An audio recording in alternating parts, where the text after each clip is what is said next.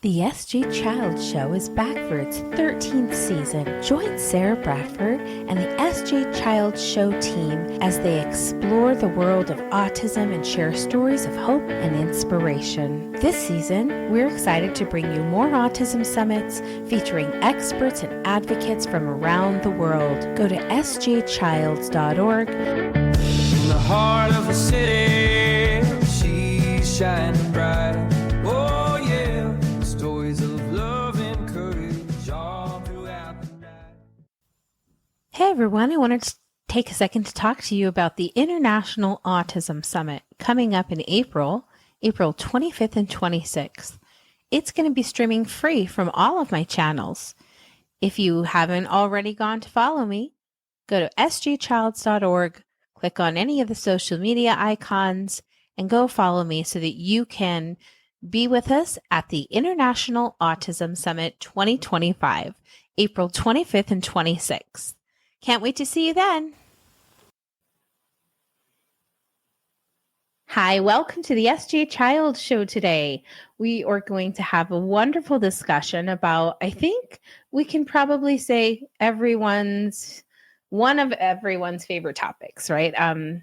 Music. And I think it is such a universal thing that really touches us in so many different ways. But in this discussion, we'll find out how we're using it to enrich lives of those people that we love. So we are inviting Bryson, and is it just pronounced Tarbet? How do I pronounce your last? Okay, perfect. You got it right. Bryson is here today.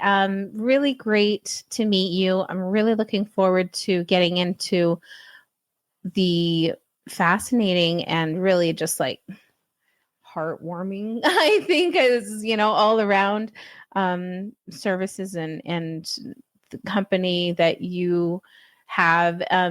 Before we get started, introduce yourself and tell us a little bit about yourself and kind of what got you into this and what brought you here.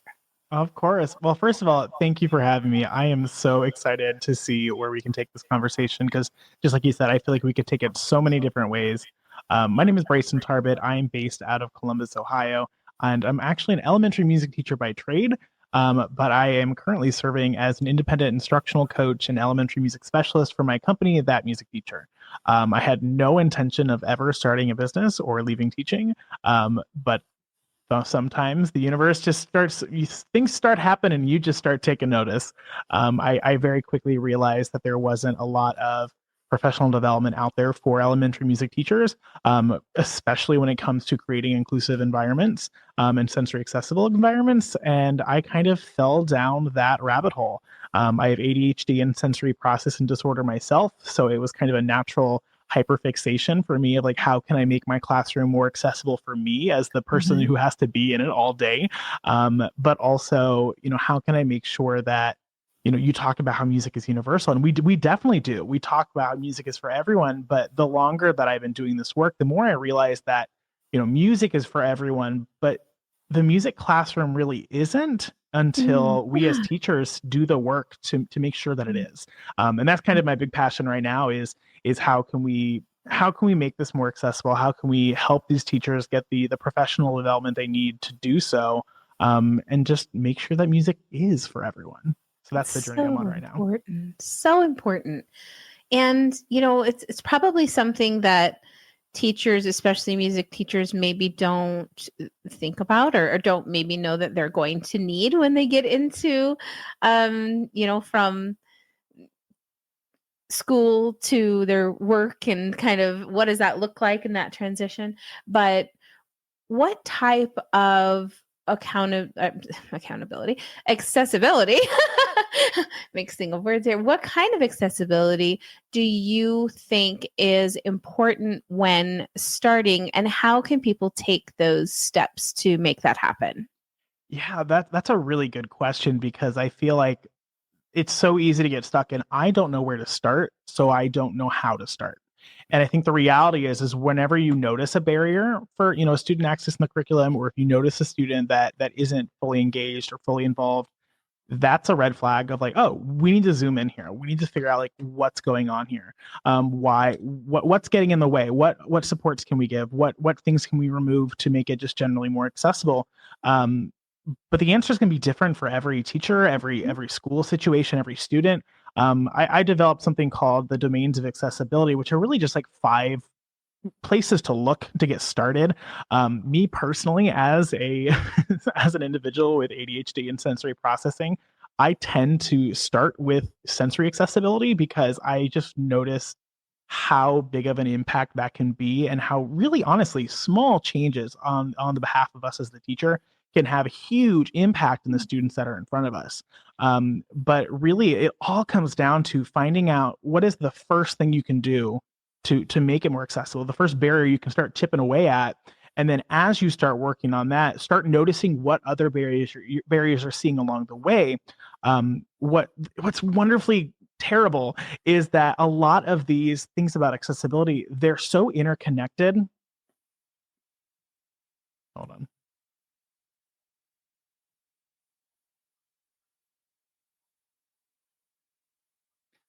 What's great about and also just quite frankly, very frustrating about a lot of these different domains is they're so interconnected that when we start kind of tweaking around over here, you'll start to notice other areas that are actually being impacted by different, modifications or adaptations, or even just noticing it yourself. You'll start understanding and kind of having a better understanding of what that looks like and how that can be, what that can look to remove barriers. But I don't know. It really depends on so many of the different situations, but the big thing is just to give it a shot and see what happens and then just keep going from there. Yeah. So when we walk into a music room, let's say, let's talk about maybe some of the things like seating, for example. What type of accommodations do you give for seating? So for me, I was always, and I'm for a firm component of just like, I'm not a huge fan of having a bunch of furniture in my classroom because of the way that I teach is so movement based. And so it just requires an empty space. With that being said, most of my students would kind of our home base would be sitting on the floor.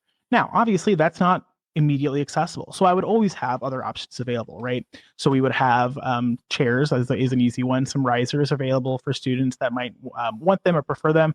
But also like I didn't really necessarily require my students to sit down all the time because I know there are some students that if I give them a confined space at the back of if everyone's sitting in front of the chalkboard and they want to stand behind them and kind of pace a little bit or kind of move back and forth, I'm okay with that. That's fine. So that's kind of really all what it looks like is just it can be so many different things, but it really comes down to what do I really want to get out of this as a teacher, right? Do I really care that all of my students are sitting down on the carpet? No, I want them in their own space, listening and not messing with anyone else. And if they can do that, it can look a lot of different ways.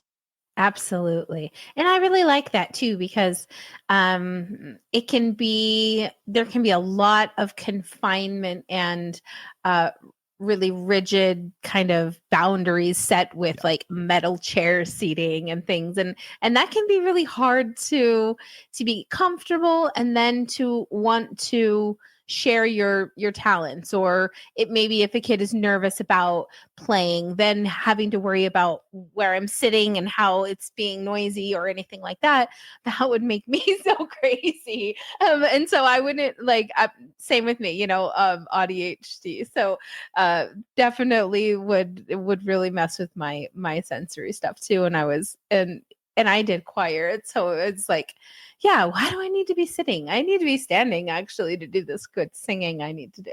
So what about like instruments? What type of instruments can be created to be more inclusive or to accommodate maybe students with any type of physical needs or accommodations? Are there better instruments that are better for those types of students, or what does that look like to kind of, I guess it's very individual too, what somebody likes, sure. Isn't it?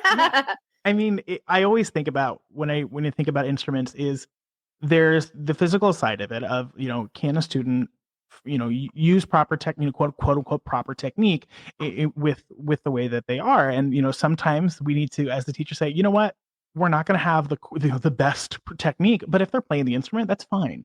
Obviously, working with an occupational therapist can be really helpful. I've worked with our school-based OT in the past for students that we were adapting a ukulele to basically creating a custom pick that he could grab, or using essentially a chord buddy, which basically is a machine that you have to push one button instead of having to move your fingers around in different chord shapes, to make that a lot more accessible. Even something as simple as something like a mallet cup, which is essentially like a rubber band that goes behind your hand to help you grasp onto a mallet for a drum or for an instrument. Beyond that, there are so many like ways that you can use technology now to make accessible instruments. One of my favorite, it's called Google Creatability. It's like one of those open source Google projects, and they have a bunch of different instruments and musical activities that use the webcam and essentially it engages in body tracking. So I could make my nose the cursor, and I could play the xylophone by up and down by moving my head left to right. Or you can even, and you can like match it to like different parts of your body. So depending on the student, that could be really helpful as well. And then also, things like switches that you can use to essentially, just hitting a button can kind of trigger this chain of events. That's what's really cool, is kind of seeing how, like you said, it's so individual to the student and what they need, and also like what the instrument is itself. One big rabbit hole that I've gone through lately is we see a lot of people saying, hey, we're doing recorder this year in our class, and I have a student that only has use of one arm. What do I do? And there's this company, I think it's called WHMI, so One Hand Musical Instruments, and they actually create instruments, wind instruments, like recorders, clarinet, saxophones, all these different things, and they actually re-engineer them so that they can be used with one hand. Which, first of all, is just really cool from an engineering side of it. The fact that they're able to rework that, but it's also just such a needed thing, because again, that could be a very exclusionary unit in the classroom if we're not really thinking ahead and feeling how can we make this more accessible. So that's kind of something that I've been kind of diving into a little deeper, are those adaptive instruments and how we can utilize them in a general music setting. And this is going to be a little tricky question, but are your schools generally willing to get those types of things for those students? That is a very tricky question for sure. I've never had to deal with, or I've never had to work with, finding a one-handed musical instrument. I've heard great success stories of school districts doing that, and I've heard some that it struggles. But I've also, that, for instance, in my district, we do recorder. I love the recorder, but it's fine motor intensive, right? There's a lot of fine motor skills involved in that. So we were able to source some recorders that are a little bit more expensive than a traditional recorder, but still very accessible price-wise. And the school was able to grab those for us, which just basically took out one aspect of it. They, instead of having to fully cover and seal the holes, all they had to do was push it down, and it created a seal on itself. That alone has been really helpful for some of my students with fine motor deficits, because they're still playing the recorder, they're still doing everything else. They just don't have to worry, because like a recorder, if you're not sealed along the hole around the long way, it's not a forgiving instrument. So getting something like that, I found really helpful. Obviously here in the United States, special education funding is part of the way schools are funded. So if you have a principal that knows how to find where the money is, a lot of times that can be a thing that would be covered through a student's IEP or special education funding in that way. At least that's the way it's supposed to work. Right? And now we've covered seating and instruments. Let's talk about sheet music and accessibility, screen reading, things like that. What kind of options do students have when it comes to that? Yeah, I mean, that's one of those things where there are some music educators out there that are very firm that students are not to be writing in their notes in their music. It's a crutch. It's not helping them. first of all, I'm not one of those people. Like, if you want to write in your stuff, I don't care. But I think you bring up a really good point that there are just so many options. And I think that's where, if you have, one of my best friends is a teacher of the visually impaired. And we kind of talk about this every once in a while. Not enough of that I like, never enough. Because it's another one of those things where it's typically not something that you've had a lot of experience as a teacher when you have a student that has that need. So I've never necessarily worked with a student that has a severe vision impairment, but I have worked with a lot of students that had a struggle with tracking left to right. So for me, one of the big things that I would do is to help with that left to right is first break it into smaller chunks. So instead of having 100 measures on the first line, break it up into like 5 or 10, so that they don't have to. They're able to shift down a line more. They're not moving left to right. Me personally, I didn't even realize this as when I was in high school. I would occasionally, especially if it was a really big score with lots of things, I would actually mark where the measure lines were to show, basically to give me more anchors to go back and look for. I didn't realize that was part of the way that I process things, and it made that helpful. One of my favorite examples of making sheet music more accessible, which, first of all, you don't need sheet music to be a great musician. I'm just going to put that out there. I'm probably going to make some people mad with that, but like, yes, music literacy is very important, but it doesn't the only thing. But anyway, one of my favorite things that I've ever done to make sheet music more accessible was color coding it. It was my first year of teaching. We had a student that, when I gave her the recorder, she was really understanding, a B, I'm going to put the thumb in the first finger, A, I'm going to put thumb first finger and second finger. And then she could also read the music. If it's on the middle line, it's going to be a B. If it's on the space below that, it's an A. But connecting the two, there was a disconnect. So for that student, I essentially grabbed some binder reinforcer, the little circle label things. I put them over the holes in the recorder, and I grabbed some whatever highlighters I had in my desk and essentially color coded it. So blue is B, purple is A, or whatever. And then I color coded her music just by highlighting different notes. Not only was that giving her some more visual cues of how to get back, if she's going back and forth, how to come back, but it also created a different type of connection, a color connection that allowed that student to be successful. Did all of my students need that? No. Could any of my students that wanted to do that? Sure. But that's one of my favorite ways to kind of make that a little bit more accessible. Yeah, no, I really like that. I think that that's a good idea. And there's just so many different types of learning that having that knowledge of the different types of learning, and then, putting that into your teaching is so important, especially, just especially in special education, but we're really with everything, because you can really hone in and help those students nurture their skills and their talents and those things that they really love. What type of encouragement, or do you guys do like concerts or, talent shows, things like that? What kind of special events do you guys do with your kids? The way that my district always was is essentially every grade level had a showcase night. They had a concert every night, not every night, goodness, every year. And, it looked different every year, but I tried to design it in a way where it wasn't just doing the same thing. So for instance, kindergarten was basically, I would invite the teacher or the students, no, I would invite the parents, the grown-ups, to essentially just watch a lesson in the way that I would normally teach it. Just I had all of my kindergartners all at once, just to like show what's going on. Fourth grade was always our recorder concert. Third grade, we always did a family folk dance night where we got to bring families in and teach them what we're doing. And the reason I did that was a few reasons. One, I didn't want it to be boring or the same thing every time. I don't want it to. I'm fully aware that not every student likes to stand up there and sing in front of people.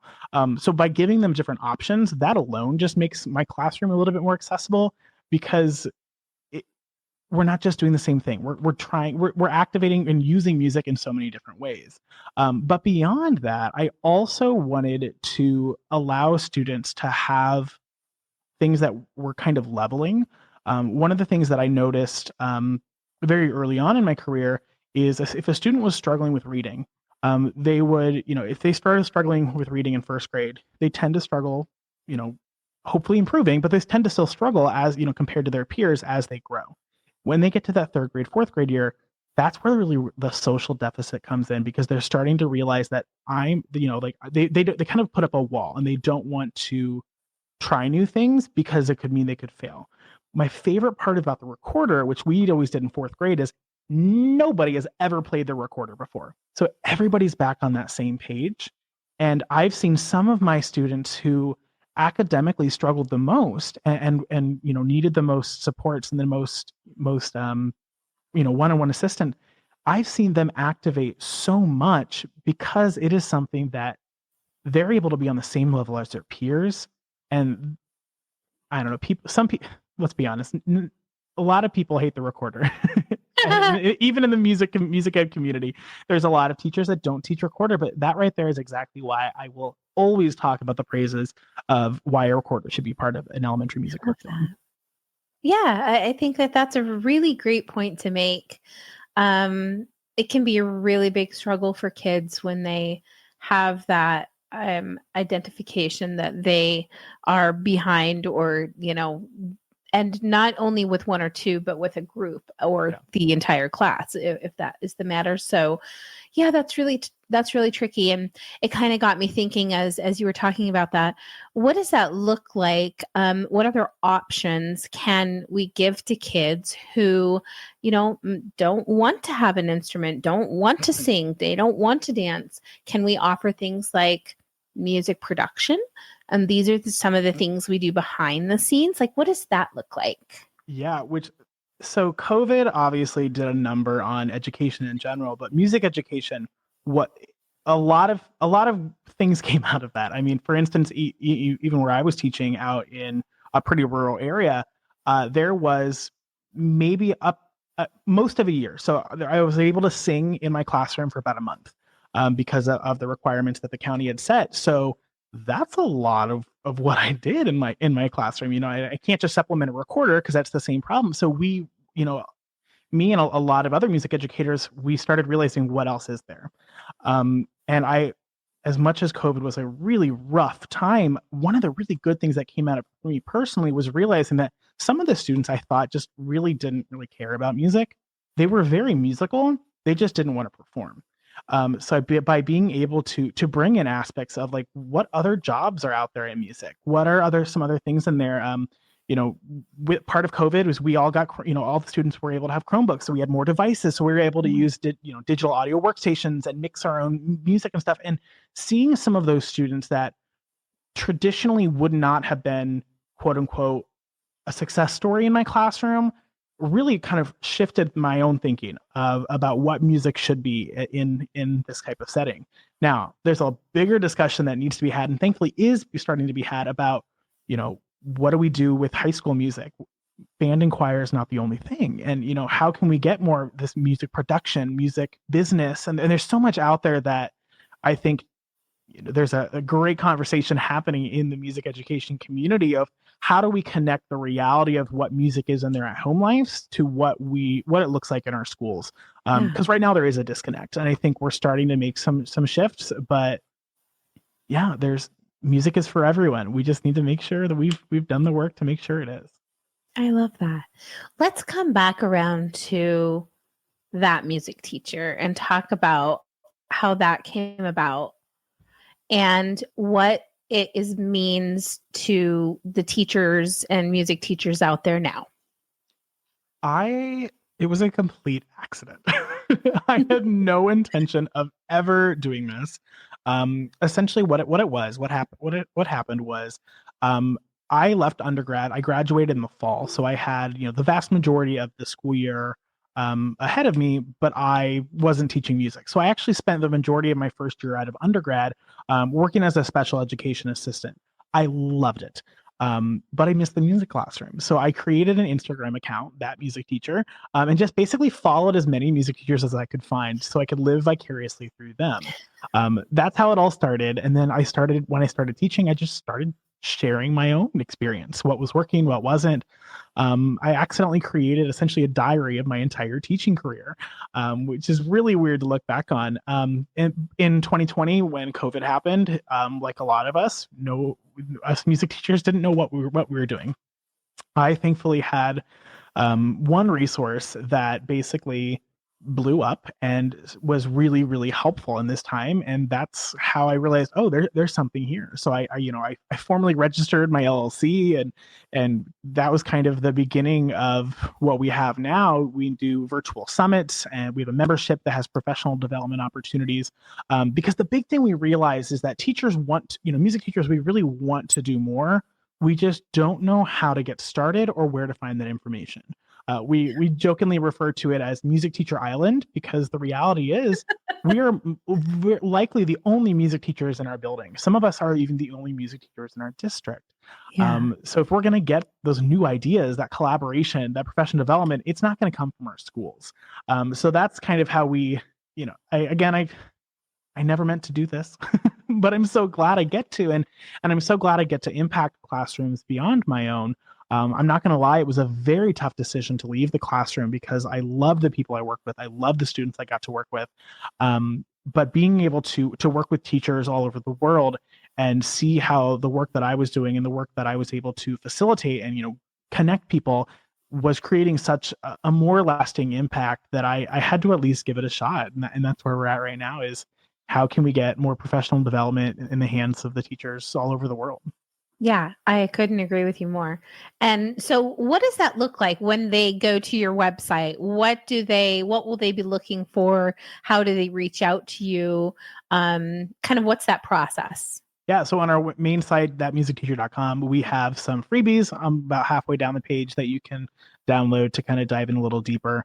Up in the top right bar, we have the Elementary Music Summit. That is our big professional development conference that we'll be having this summer. We have a wait list there right now. But those Wonderful. are kind of the big ways that you can get in contact with us and kind of see some of the work we do. And as we do more and we start making more connections, that's where we'll keep things updated. Oh, and keep growing, definitely. And what about your Instagram? Is that still going? Can you share that with us? And Yes. So our Instagram, it's changed a little bit, in the ways that we run and what we post, but we still post lots of content about elementary music specific professional development, and that is at that music teacher. perfect. See if my typing is going to be working here. I think we got it. There it goes. At that music teacher. So go and follow those social medias. Check out the website, thatmusicteacher.com, and you can learn more about professional development and how to make your music and your room, your teaching styles, sounds like a whole bunch of things accessible for an inclusive environment, some ideas. And, I love that you said that, because it is a small, group of people in the community that are the music teachers. And it's so wonderful that you're creating this place to kind of come together.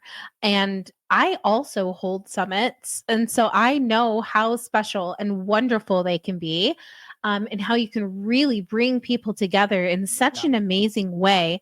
They get so much out of it when they walk away from it, and they've, been able to get ideas, like you said, that wouldn't otherwise be available to them through their district or the other teachers that they're working with. So I really love those ideas. It's been so wonderful getting to know you today. What's next? What's coming up? Anything other than the summit in the summer? Honestly, right now we are just, heads down planning for the summit. We're hoping this is going to be the biggest one yet, and we're really excited to be able to kind of keep working on that. With that being said, I thank you so much for having me. I love being Oh, able to yeah. share, the part of the journey, and anyone that I'm able to impact and help, make something a little bit more inclusive, and share that while music sometimes historically can get very elitist and Mhm. classist and ableist, I think the reality is that there are so many people with their boots on the ground that are trying to change that image. Yeah, absolutely. And you're one of them. So thank you so much in pioneering this type of services for music teachers around the globe, really. If I'm sure that anyone can reach out to you. So please do that, and go follow and be supportive, and find out how you can make a better inclusive classroom environment, home music room for your kids if you're a homeschool home teacher. So let's just make these changes and help change this world into a better place. That's what we're doing. So thank you so much, Bryson. It was so great to get to know you. I really look forward to hearing more about the summit. Hopefully get back to me around the summertime. Let's have you back on and do a couple lives maybe and send some extra people your way that, love music as well. That would be wonderful. Thanks so much for having me. I look forward to staying in touch. Thank you so much. In